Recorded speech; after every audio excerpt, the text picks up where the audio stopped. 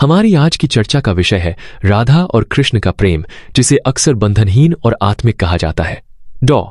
सिंह, क्या आप बता सकते हैं कि राधा कृष्ण के प्रेम को आध्यात्मिक क्यों माना जाता है? बिल्कुल, राधा कृष्ण का प्रेम सांसारिक आकर्षण से बहुत ऊपर माना जाता है। यहाँ प्रेम सिर्फ शारीरिक या सांसारिक नहीं, बल्कि आत्मा का आत्मा से मिलन है। जैसे दो बूंदें समुद्र में मिलकर अपना अस्तित्व खो देती हैं, वैसे ही राधा का समर्पण कृष्ण में पूर्ण विलय है। बहुत सुंदर उदाहरण दिया आपने। अक्सर कहा जाता है कि राधा के नयन में श्याम बसते थे, यानी हर सोच, हर भावना में कृष्ण समाये थे। क्या यह प्रेम की पारंपरिक अवधारणा से अलग है? निश्चित ही। पारंपरिक प्रेम में अक्सर अधिकार या स्वामित्व की भावना होती है, जबकि राधा कृष्ण का प्रेम त्याग और निस्वार्थता पर आधारित है। इसमें न कोई अपेक्षा है, न कोई शर्त। यह उस प्रेम का रूप है जिसमें केवल प्रेमी का अस्तित्व शेष रह जाता है, बाकी सब तिरोहित हो जाता है। इस संदर्भ में क्या आप कोई आधुनिक या मनोवैज्ञानिक दृष्टिकोण साझा कर सकते हैं, जिससे आज के युवा इस प्रेम को समझ सके? जरूर। आधुनिक मनोविज्ञान में इसे अनकंडीशनल लव या निस्वार्थ प्रेम कहा जाता है। स्टैनफोर्ड यूनिवर्सिटी के 2019 के अध्ययन के अनुसार ऐसे प्रेम संबंधों में मानसिक संतुलन और आत्मिक शांति अधिक पाई जाती है।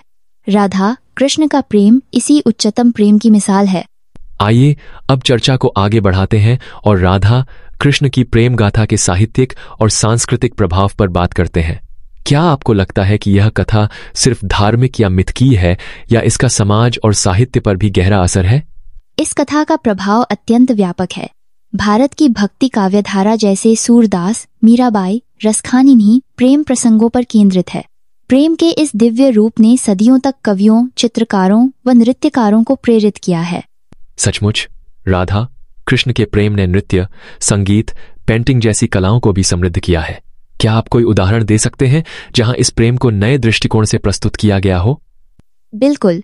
उड़ीसा का जगन्नाथ रथ यात्रा या वृंदावन का रंगोत्सव, दोनों में राधा कृष्ण के प्रेम को लोकजीवन से जोड़कर प्रस्तुत किया गया है। वहीं आधुनिक साहित्य में भी चित्रा मुद्गल जैसे लेखकों ने राधा कृष्ण के संबंधों को मनोवैज्ञानिक गहराई के साथ दिखाया है। यह जानना रोचक है कि कैसे एक प्राचीन प्रेम कथा आज भी लोगों के मन को छूती है। क्या आप मानते हैं कि इस प्रेम की प्रासंगिकता आज भी उतनी ही है जितनी सदियों पहले थी? बिल्कुल। प्रेम, विश्वास और समर्पण की ये मूल्य सार्वकालिक हैं। आज के तेजी से बदलते समाज में जहां रिश्तों में अस्थिरता है, वहां राधा कृष्ण का प्रेम हमें स्थायित्व और निस्वार्थता की ओर प्रेरित करता है। यही इसकी सबसे बड़ी प्रासंगिकता है।